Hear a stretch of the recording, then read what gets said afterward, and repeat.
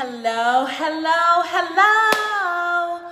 Welcome to my Facebook family. I am super happy to be able to have this time to come on here and do a very quick market update for you guys. Now, I don't know how good the reception is going to be where I am. It might be going in and out. That's the reason why I wasn't able to do a tour of this home, because I don't really have the best reception here.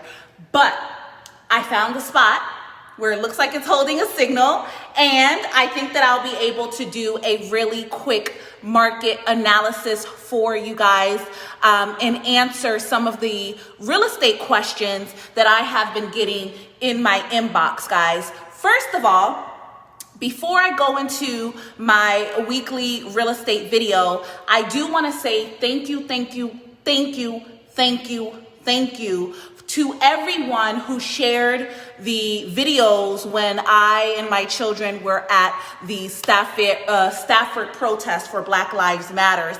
Guys, you don't even know. You know, normally when we do a live, we say, hey, share this video. Hey, share this video, right? Because I'm trying to get information out. I'm trying to reach as many people as possible to serve in the DMV in regards to buying and selling real estate, residential real estate.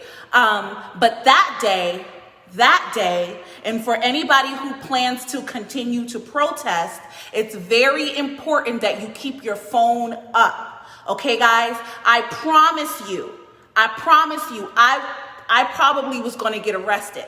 I believe the only reason I did not get arrested that day is because I had my camera up and I was filming and I was talking, in front of the officers. They were looking to dismantle our protest, and they were looking to pull out whoever they thought were the leaders. There really was no leaders. It was a totally organic, peaceful protest, right?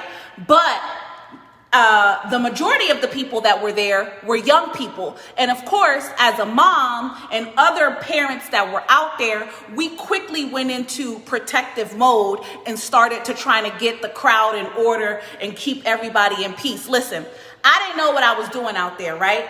I had no clue. My kids told me, hey, mommy, we want to be a part of history. We want to be a part of history. I had just got done doing an open house, guys. If you watched the video, I had on, one of my real estate dresses. I had no clue what I was going to do. But here's what I do know. And then I will give you guys the real estate update. Here is what I do know. The reason why I went out there, despite coronavirus, despite the fear of all the what ifs, I am tired of living in the state of this imaginary fear that we don't know what's going to happen when the police pull us over. We don't know what's going to happen to our kids if some trigger-happy racist decides that he feels threatened, right, by my child. I know that I'm sick and tired of that. And I know, right, that I don't want to have to go blow nothing up. I don't want to have to put somebody 6 feet under. I don't want to have to face anger with anger and hate with hate and violence with violence, right? So I decided to join the peaceful protest, right? Not only did I go out there and protest, that exact day, shout out to the pastors of Enlightened Church in Stafford, Virginia, Joseph and Victoria Riolano, because they connected me with the National Association of Colored People, the NAACP. I joined the NAACP because the protests, we got a lot of work to do. Right? We got a lot of work to do. We got to mobilize, we got to organize, and we have to start holding people accountable and start changing laws, because we can't live like this no more. Enough is enough, right? What happened to George Floyd was like that was like that iceberg, or what do you call it? Whatever you call it, that was that. That was the moment that I believe Black people and white people and people all over the world, everybody witnessing this man being murdered in cold blood, right? This 2020 lynching. We're like, enough is enough. And let me share something else with you guys, since this is a real estate update. Another reason I was out there protesting, another reason I decided to join the NAACP and make it my duty going forward to take time out to really be present in my community, really be present in changing the laws that affect my community, that affect my children, that affect us all of us. Here's why. As a realtor, it breaks my heart when I hear people say, oh, I ain't moving down there. Oh no, I heard they got a lot of racist white people down there. I'm not moving over there. It's 2020. We should not be talking like that. Real estate should not be tainted by hate, right? Property values, people that are selling their homes. You want people to feel comfortable moving into your neighborhood. You don't want your neighborhood to be stained by history of the KKK, history of Confederate, history of racism. You do not want that. That is not good for real estate. And it breaks my heart. And it's not only black people. It's people of all other races. I legitimately have these conversations. And as a realtor, I can't really go in depth. I just got to listen and give my clients what they want. On the contrary, if I am representing a person of whatever race, and they say, oh, I don't want to sell my house to a black person, I don't want to sell my house to a white person. Now that is illegal, okay? We can't do that. So that is illegal, just so you know. But when I am representing a buyer, if my buyer tells me, I don't want to go down 95 past Woodbridge, right? I don't want to go down south because I'm afraid of the racists.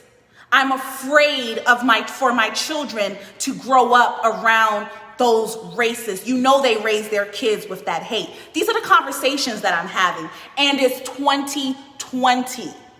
Guys, we are not in 1950, okay? So I'm gonna get off that soapbox because, matter of fact, this is something that I have silently, along with raising black children and being a black woman in America and all the stuff that comes with that. In my profession, I am met by racism in that capacity, okay? Where people are afraid to buy houses that they qualify for and houses that are going to give them equity. People are actually deciding to rent because they can't afford to buy in the areas that they feel more comfortable in because they are afraid to move down south, to move further south in areas that are quote unquote known to have a lot of racist white people. We should not be living in that type of America. So therefore, right, I joined the NAACP. I don't know where God's going to take this journey, but I know that I am going to actively do the work. And I actually challenge you to join your local chapter of the NAACP. If you're thinking about what can I do, and guess what, guys, the NAACP is not only for black people. You could be of any race and partake in the NAACP. You could join Black Lives Matter. Right now, we got work to do. Those officers, they're going to be tried. We're praying to God that they get convicted, but we have laws that need to be changed. We have environments to shift. We need to make sure that there are laws in place so that if these people pop off, right, like they did with Ahmaud Arbery, all right, running and minding his business, right, like what happened to Trayvon Martin in another affluent neighborhood. Guess what? Black people are affluent. Your hate is not going to keep us from getting money. Your hate is not going to keep us from buying homes. So I'm going to need y'all to chill. Right? And I'm going to need us and the people that rock with us to do the work to ensure that we can own real estate and raise our children in any neighborhood in America. This is supposed to be the land of the free. When Kaepernick was peacefully protesting, that's what he was protesting. That as black people in America, we are not covered by the current Constitution, clearly. George Zimmerman is still out here walking free, while Trayvon Martin never got to see his 21st birthday. That's a problem. All right, it's not only about George Floyd. It ain't only about Trayvon, Breonna, Karen. The names can go on and on and on. And the fact that the names go on and on, it's a problem. All right, so that's what we're gonna do. We're gonna figure out how we can mobilize, how we can volunteer, how we can organize, how we can help, how we can, influence our young people to stay on track, to do the right thing, right? Because it's going to take a collective effort to do these things. And that's something that now, hey, we don't really have a choice. You gotta fit in where you can, right? So now I bring to you our weekly real estate update as we had our Black Lives Matter interlude, and it may continue, right? I'm not watering myself down. This is who I am, okay? So, and I know that you understand. But where are we? Let's jump back into real estate, okay? So the real estate market is still doing good, right? Loans are still being approved. Buyers, if you want to buy right now, you really want to make sure that you have a credit score of a 620 or higher. You also want to make sure that you have at least 3% of down payment, right, to put down. I am going to negotiate 3% closing help from your seller if you do not have the money to come to the table. But here is the thing. In the DMV, DC, Maryland, and Virginia, I'm licensed in all three.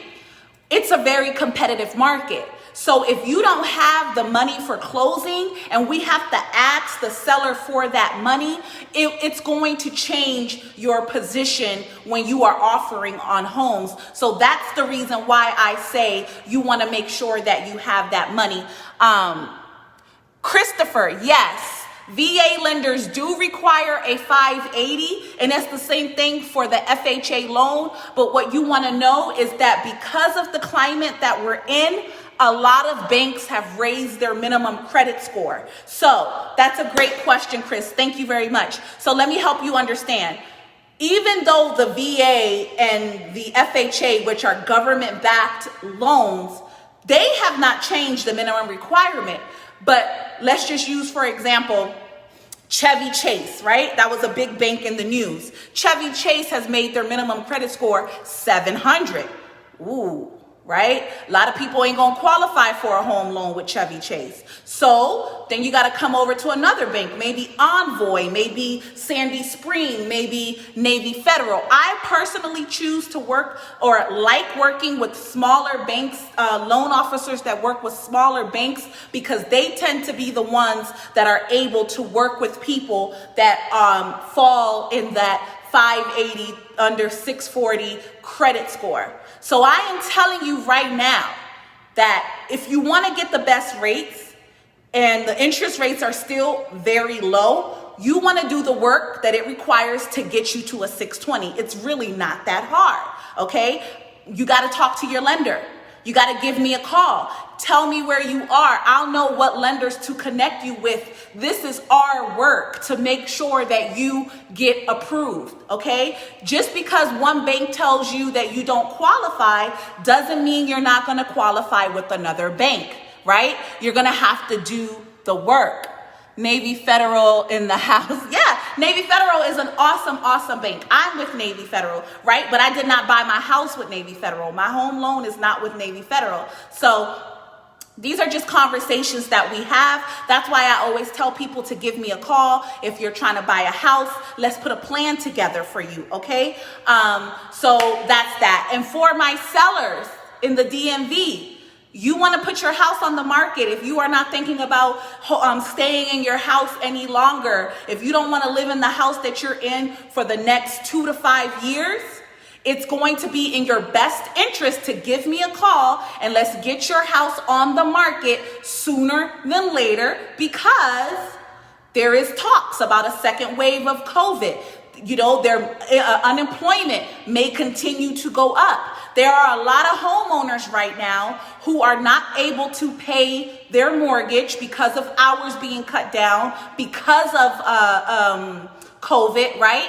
And their loans are in forbearance, but the forbearance is only good for 12 months. So what's going to happen at the end of the 12 months? Some banks are only giving people 6 months. It just really depends. But federally, the COVID Care Act gives people up to 12 months in forbearance. But what happens if we have a second wave of COVID, right? What happens if people continue getting laid off, and these homeowners cannot pay their mortgage?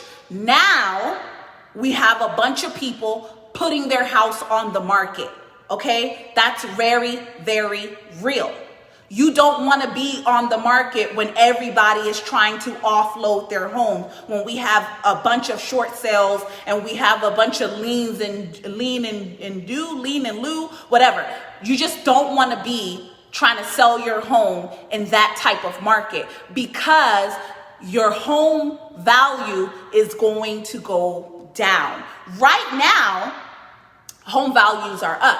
Right now in the DMV, if I were able to look at your house, I can give you a market analysis and tell you exactly how much equity you have, right? So if you are a seller and you have been thinking about upgrading, or you have been thinking about selling your house, you want to give me a call. Let's meet. We can do a video Zoom. I don't have to come to your house in person. We have a lot of ways to do these things. I do virtual tours for the sellers that don't want to have people come through their house. We can do a virtual tour, right? So to help people get their house sold right now, okay, so that you can make the most amount of money in the least amount of time, because that's what you want. I know it. I know that's what most sellers want. So it will be more expensive to buy. Well, Chris, not necessarily. So that's another good question. You're really paying attention. Thank you, Chris. For my buyers, a lot of people are like, oh, I'm going to wait for the prices to go down and I'm going to be able to, buy a house at a cheaper rate.